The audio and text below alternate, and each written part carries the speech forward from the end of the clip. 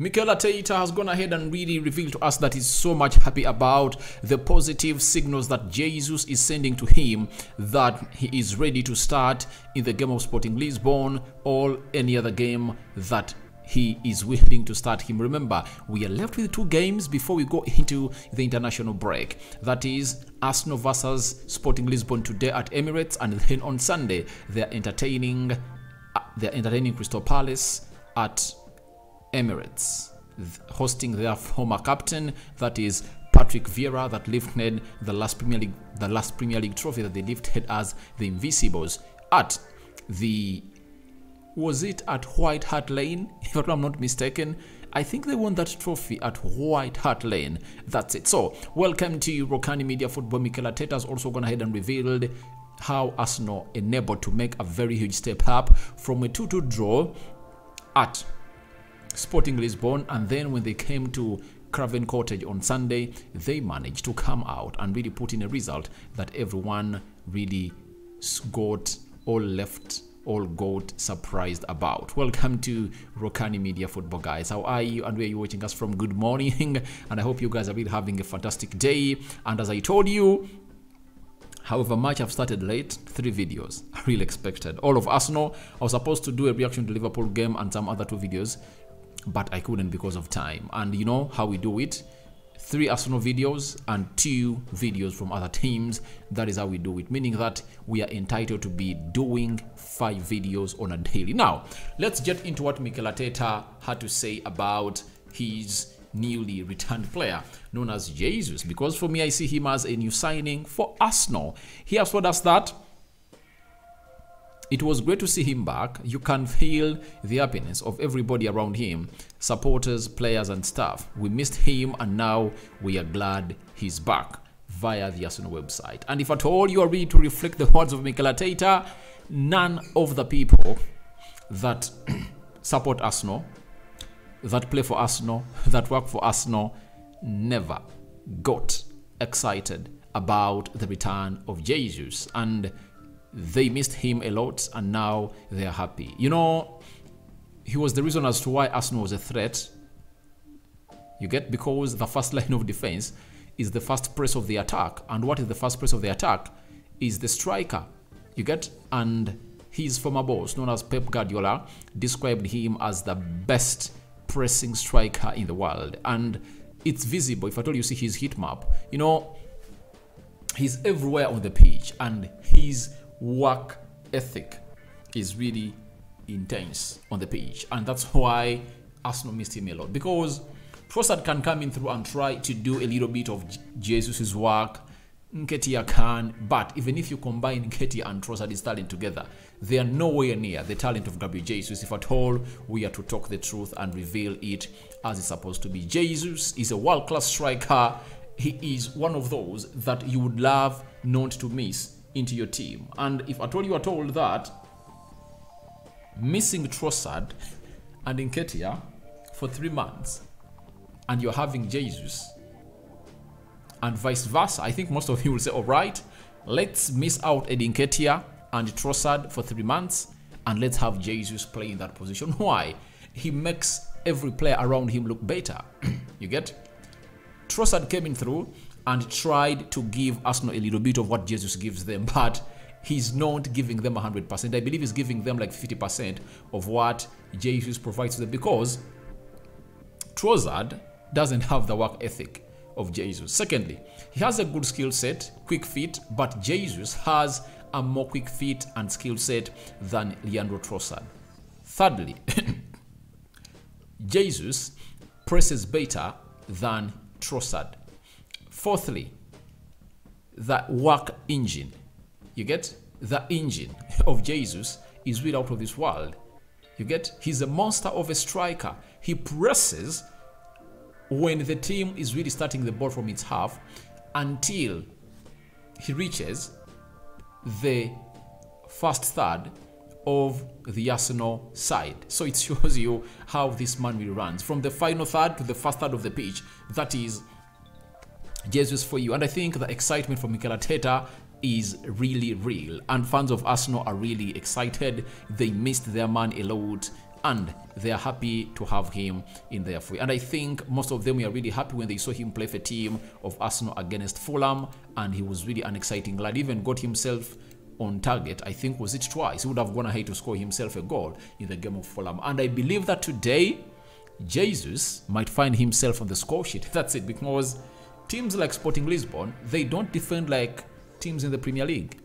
They are really open. And Coates, who was formerly at Liverpool, who defended Arsenal very well in Portugal, he's out, suspended, got a second yellow card, and he's really out of that beautiful game of football that is going to really be played at the Emirates today. Now, Arteta said on doing Jesus' comeback right, he said, we have to manage his minutes and we have to manage his involvement in the squad and in the team.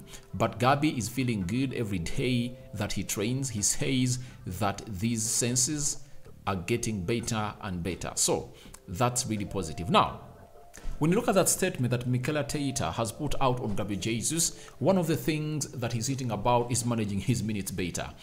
That means, however much you want to see him start in the game of Sporting Lisbon, that means it's impossible. And to me, to learn it fast, that you have to manage the minutes of the players they play, I learned it from Erik ten Hag, because when the players started the preseason, he said some can play 40 minutes, others 45.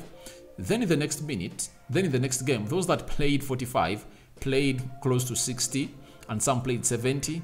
Then in the third game, most of those that played 60 in the second game played 90 minutes, meaning that we are still having close to 2 or 3 phases for Jesus to get himself into the starting 11 of Arsenal. He played close to 13 minutes as Arsenal beat Fulham 3-0, and I think in the game of Sporting Lisbon, he might add him more 17 to take his tally to 30.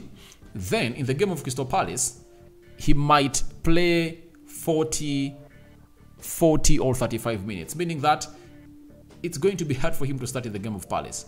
However much is going to be in contention to start, because the manager promised us that he has to fight for his position. But I believe it's really going to be hard for Mikel Arteta to take that decision, because he has to manage his minutes to see to it that he doesn't find himself tortured a lot when he's really playing for Arsenal. Then he hinted about that he's feeling good every day, that he is where I even got the title, that he's feeling good every day, that he's training. He says that these senses are getting better and better.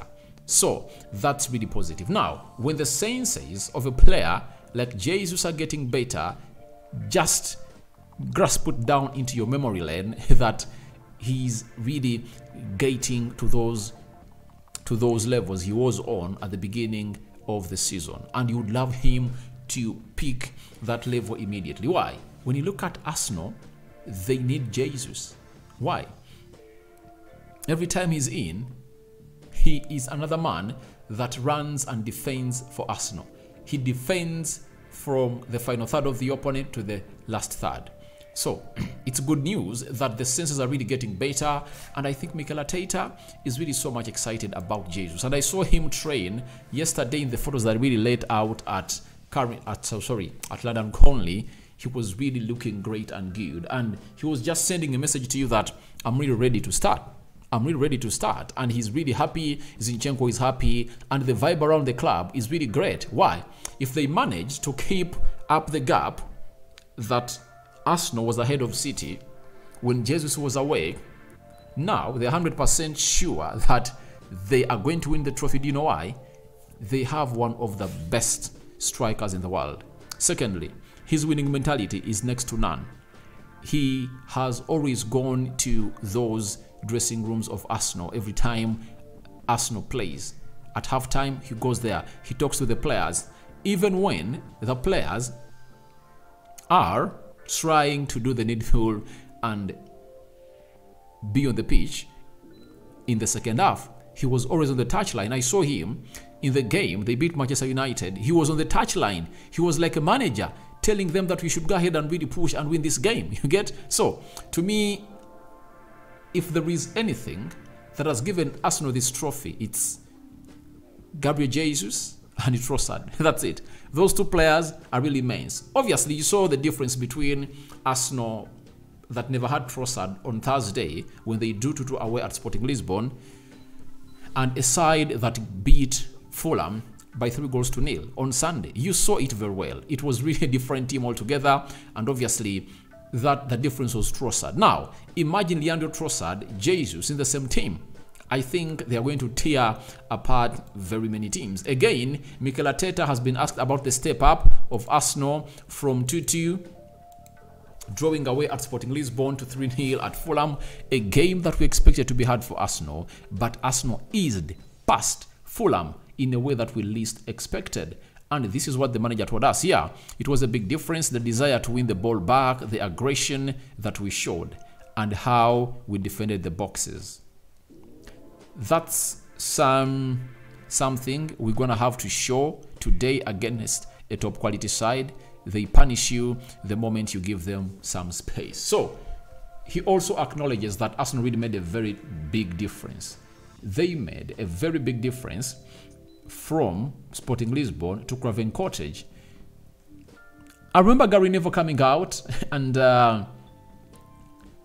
said that he wants to see how Arsenal are going to react every time they're going to be playing on Thursday in the UEFA Europa League, and they play another game on Sunday in the Premier League. And I think they gave him the best reply that he deserves. Maybe he thought that Arsenal would shrink, but Arsenal will not, because they got the mistake they did last time better. According to me, they understood their mistake that they did. Why? The January of 2022, they lost a player. They lost a player known as Aubameyang.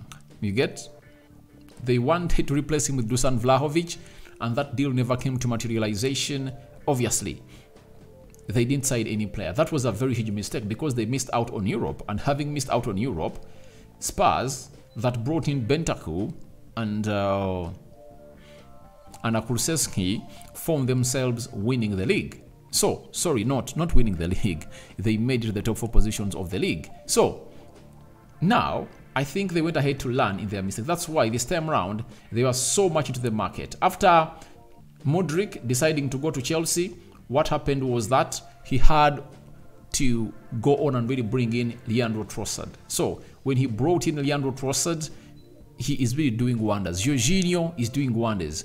Jakub Kiwior, I know he's really going to find himself in best books of the Arsenal manager, to see to it that he finds himself in a position of really winning every time he does it. So to me, my mind tells me that this man is really going to do the needful, and obviously he is really going to find himself in a position of really winning lots of things for Arsenal. And Arsenal getting everything right. You get every question fronted to Arsenal, they've gone ahead to provide a perfect answer to it. Then the manager Mikel Arteta was asked about not about the step up. There is something else he was asked about. Where is it? Where is it? Where is it? Where is it? Where is it? Where is it? Where is it? All right. He talked about Arsenal rotating the players of Arsenal today in the game of Sporting Lisbon, and in his own words, this is what he had to say. He said, "We are looking to win. That was the same when we were in Lisbon, but we are gonna have to do better than we did in Lisbon to win against Sporting tomorrow." So I understand he's going to make some changes.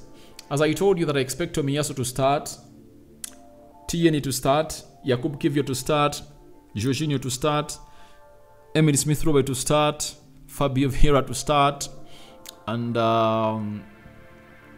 Bukayo Saka to start, Martinelli to start, and Leandro Trossard to start. I think the front three that played against Fulham is going to go unchanged, but in the midfield, he's going to bench 3 midfielders, Thomas Partey, Odegaard, and Granit Xhaka, to play Jorginho, Emile Smith-Rowe, and Bernardo Silva.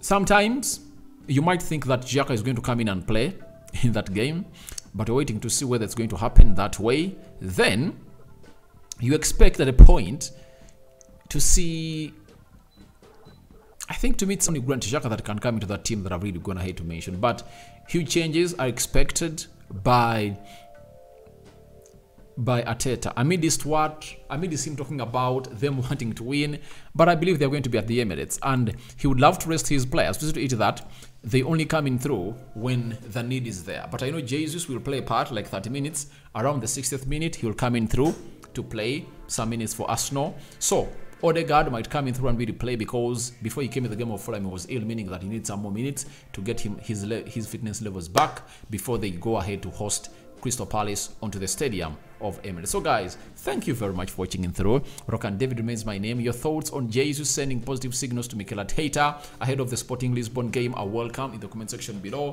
What do you think about Arteta explaining the step up of Arsenal from a 2-2 draw at Sporting Lisbon, a 3-2 win over Bournemouth at Emirates, to a 3-0 win at Craven Cottage? And obviously, would you support Mikel Arteta to make rotations or not? I cover you all in the precious blood of Jesus Christ. May the Lord God enlighten your day. Rokani David is my name, guys. And I sign out for now. This is the second video. One video is left. And I'm really coming to really bring you that last one that you guys are really going to enjoy. Ian Wright in the mix, going ahead to attack Mokali Modric.